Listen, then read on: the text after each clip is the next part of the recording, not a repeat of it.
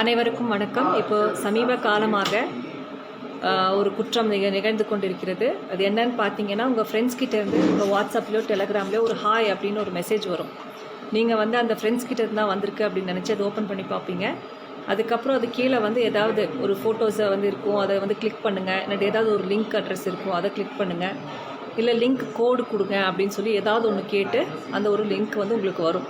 So friend தான் அனுப்பியிருக்காருன்னு நினச்சி நீங்கள் வந்து அந்த லிங்க்கை வந்து ஓப்பன் பண்ணி பார்த்தீங்கன்னா இமீடியட்டாக உங்கள் வாட்ஸ்அப்போ அல்லது டெலகிராம் அக்கௌண்ட்டோ ஹேக் ஆகிடும். ஹேக் ஆகிட்டு நீங்கள் என்னென்ன கான்டாக்ட்ஸ் வச்சுருக்கீங்களோ அத்தனை கான்டாக்ட்ஸுக்குமே ஹாய் மெசேஜோட இந்த லிங்க் வந்து போயிடும். ஸோ அந்த உங்களோட ஃப்ரெண்ட்ஸ் என்ன நினைப்பாங்கன்னா, நீங்கள் தான் அனுப்பியிருக்கீங்க, உங்கள் ஃபோன்லேருந்து தான் எங்களுக்கு ஹாய் மெசேஜ் வந்திருக்கு, நீங்கள் தான் ஏதோ ஒரு ஃபோட்டோஸ் அனுப்பியிருக்கீங்க, ஏதோ ஒரு விஷயம் அனுப்பியிருக்கீங்க, நம்ம ஓப்பன் பண்ணி பார்க்கலாம் அப்படின்னு நினச்சிட்டு அது ஃப்ரெண்டோட தானே அப்படின்னு நினச்சி அவங்க லிங்க் ஓப்பன் பண்ணுவாங்க. அப்போ யார் வந்து அந்த லிங்க்கை டச் பண்ணுறாங்களோ இமீடியட்டாக அவங்களுடைய வாட்ஸ்அப் அக்கௌண்ட்டோ அல்லது டெலகிராம் அக்கௌண்ட்டோ இமீடியட்டாக ஹேக் ஆகி அவங்க வேறு இந்த ஃப்ராட்ஸ்டரோட கண்ட்ரோலுக்கு அந்த இது போயிடுது, அது சோஷியல் மீடியா போயிடுது. ஸோ அவங்க வந்து நாளைக்கு அந்த அவங்க கண்ட்ரோலுக்கு எடுத்ததுக்கப்புறம் இந்த மாதிரி எனக்கு அர்ஜென்ட், எனக்கு ஏதாவது காசு வேணும், ஏதாவது அமௌண்ட்டு வந்து பே பண்ணுங்கள், இது பண்ணுங்கள் அப்படின்னு சொல்லி மணி லாஸ் ஆகிறதுக்கான சான்சஸ் நிறையா இருக்குது. ஸோ இதுக்கான ரிக்வெஸ்ட்லாம் இப்போ கொடுத்து இதுக்கான இன்வெஸ்டிகேஷன் போயிட்டுருக்கு. ஸோ இந்த ஸ்கேமர்ஸ் யார் அப்படிங்கிறது கண்டுபிடிக்கிறதுக்கான நடவடிக்கைகள் மேற்கொண்டுட்ருக்கோம். பட் நம்ம வந்து எதுவுமே வந்து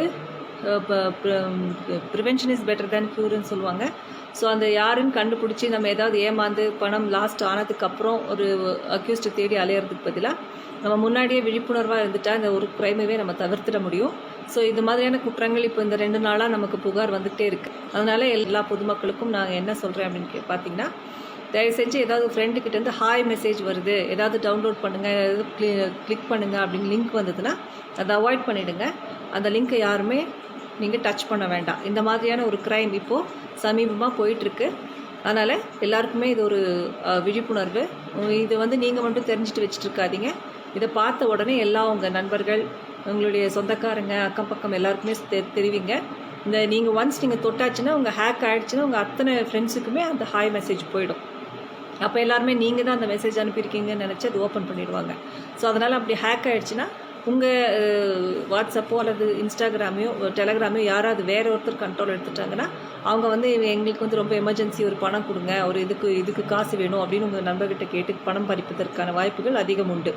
அதனால் இது கொஞ்சம் விழிப்புணர்வாக பார்த்து நடந்துக்கங்கன்னு சொல்லி அந்த சைபர் கிரைம் காவல்துறை நீலகிரி மாவட்ட காவல் கண்காணிப்பாளரின் அறிவுறுத்தின் பேரில் இந்த விழிப்புணர்வு கொடுக்குறோம். நீங்கள் எல்லாருமே அது விழிப்புணர்வோடு நடந்துக்கணும் அப்படின்னு கேட்டுக்கொள்கிறோம்.